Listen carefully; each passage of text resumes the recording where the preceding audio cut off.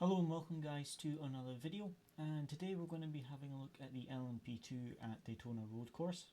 Now this is for week 5 of the iRacing schedule, but we also have data packs for the Daytona special event, so if you guys want to check them out, have a look at premiersetups.com and feel free to use the affiliate link in the description down below.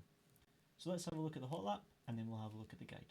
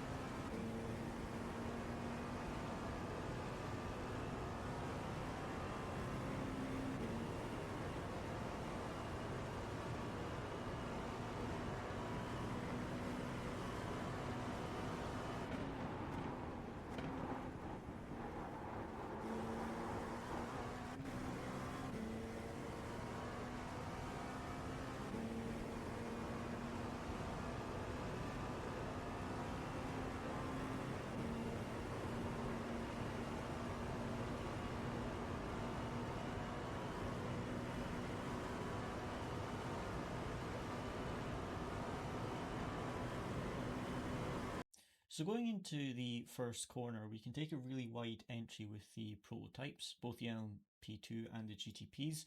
You can actually go past the white line on the entry. So to turn in, we're looking for this board here and this board here, and we're turning in about halfway between the two boards. So about halfway between the two boards, we begin to turn in, and we also want to start braking, and we're aiming for the gap between where this white line starts and this cone. This is kind of where we want to be aiming to put the car. So we're aiming to put the car there, trailing off the brakes, and then we begin to turn in just after we cross this white line. So just after we cross this white line, we then turn in, and we want to be back over this side of the white line before we get to this concrete patch, because otherwise you hit this bump. There's like a raised bit of tarmac here and it pushes you wide. So you want to get back over the white line before we get to this concrete. Second gear here, and we're coming off the brakes just before or just after we cross that white line, and then getting on the power just before we reach the apex, which is just after these tires on the left hand side. So just after those tires, we hit the apex, follow this white line round. Be careful not to put the tire into the grass because it will unsettle the car quite a bit, and just progressively get on the power because you've got a lot of weight transfer going around that corner. You can use a little bit of this orange curb if you need to. Just be careful not to put the right tire too high because there's quite a drop off on the edge of the curbing, which can hook the car around to the right. And through that right then left, you're just trying to put in as little steering input as possible. Now into the hairpin here, this is particularly difficult on cold tires, but on hot tires it's not too bad. So we want to bring the car over to the left, and the braking marker, there's a 100-meter board on the right hand side that we brake just before we get to that. Or there's also this lamppost here that we can use. Either of those references is good for the braking marker, and whichever one's easier for you to look at. And we're braking down the gears all the way down into first gear, and we've got a really light apex, so we're actually wanting to apex around about where the yellow curb starts on the inside. So as you see, just after that starts, then we're hitting the apex. There's a little Rolex board on the inside, which if you've got a triple monitor, you'll be able to see it, but if you've got a single, you won't. But just unwind the steering wheel and get on the power nice and early on this exit. Because we've got this escape road here, we can actually use that to get on the power earlier, track limits is over here somewhere, so you can go past this white line to open up that exit. Use a little bit of that yellow curb if you need to. This high-speed left-hander, nice and simple on the hot tyres. It's just full throttle, turning in around about where this white line goes to the right.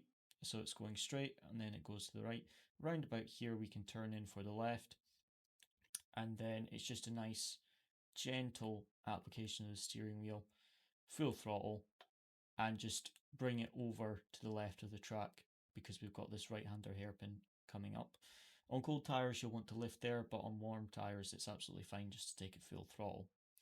Now going into this hairpin, we want to brake just after we cross the line for this escape road. So just after we get past this escape road, we then want to get onto the brakes. And again, fairly late turn in. You see the track opens up to the left here, so we want to use that to our advantage. Go out quite wide, past this line of tarmac, and then we want to begin turning in and aiming to apex just after the yellow curb on the right hand side starts. So just after that, and we're hitting this apex here, and then unwind the steering wheel and get on the power progressively. The TC and traction control, the TC slip and traction control gain, you can up if you need to, but on a track like this, it's better to have it low and just progressively get on the power. Your lap times will be significantly quicker if you can just manage the power. Make sure you're using this exit curb as well. It's nice and flat, so it's easy to take. Now this left-hander, you're going uphill on the exit, so you want to make sure you get on the power nice and early. So going into the entry, we want to be over on the right hand side of the track, and we want to get on the brakes just after we pass this line for this escape road on the right hand side, or the alternate course road, whichever you prefer to call it. Want to get on the brakes there, down into second gear, and we begin to turn in just as this yellow curb on the right hand side disappears. Then we turn in and we can hook up this apex around about halfway around the curb on the left hand side, and then getting on the power just after we come off that curb. We've got a lot of steering input, so just be careful how you get on the power. Don't go full on the power until you've started unwinding the steering wheel. Progressively get on the power and then bring it back over to the left here just to make the exit a bit shorter.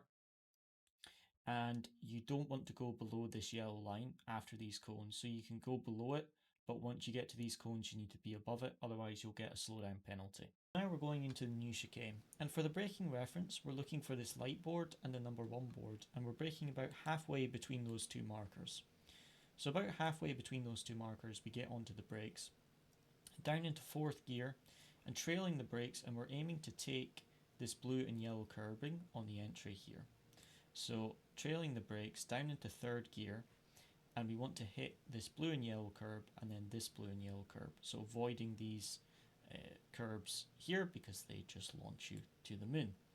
So we want to get that left wheel onto this blue and yellow curbing, just coasting at the first part, and then a little bit of braking as we straighten the wheel. And again we're aiming to hit this blue and yellow curbing on the right hand side. Now coming off the brakes, and don't let it go too far to the left. We want to be around about here, about the middle of the track. We don't want to go all the way over to the left.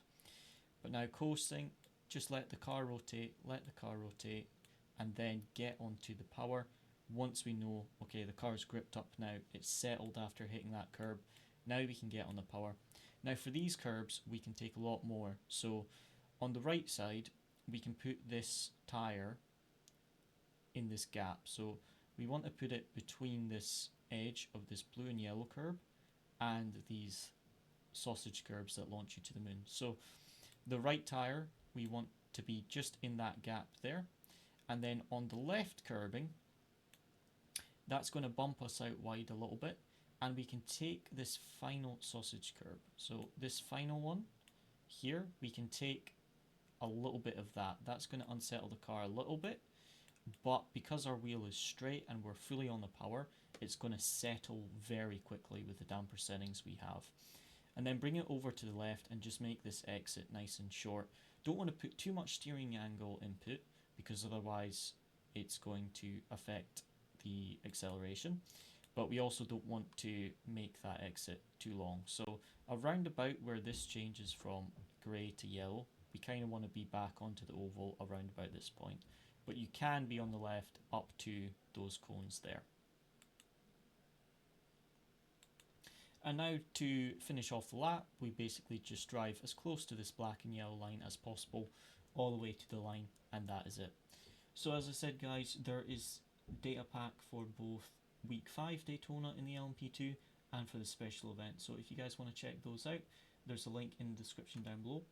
But as always, thank you very much for watching, hope you enjoyed, and see you again next time.